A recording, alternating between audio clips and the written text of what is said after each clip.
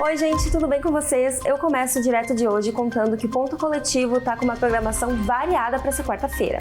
A partir das 8 horas da noite, o Ponto Coletivo conta com o espetáculo de teatro O Homem do Espelho, que aborda temas como a solidão e o reflexo na mente humana. A obra é baseada no texto do poeta Matei Wisniewski e interpretada por Leonardo César. A entrada custa R$ 40 e pode ser adquirida no site oficial da Simpla. Já às 9 horas da noite vai ter uma sessão de karaokê com entrada franca.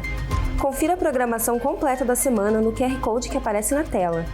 O Ponto Coletivo Espaço Cultural está na Rua Andrade Neves, no bairro Exposição.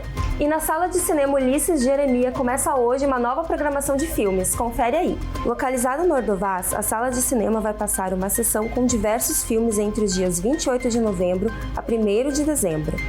Nas quintas, o valor do ingresso custa R$ 10 para todos e nos outros dias R$ 20 a entrada inteira e 10 a meia para estudantes, funcionários públicos municipais e parceiros.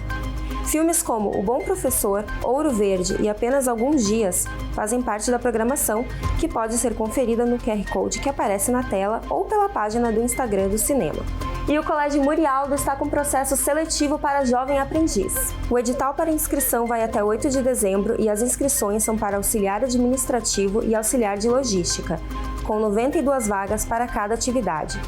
Para agendar o atendimento da inscrição, o candidato deve entrar em contato somente por mensagem de WhatsApp e precisa ter entre 15 a 17 anos, além de apresentar documentos contendo a renda per capita, possíveis benefícios concedidos pelo governo, boletim escolar, entre outros.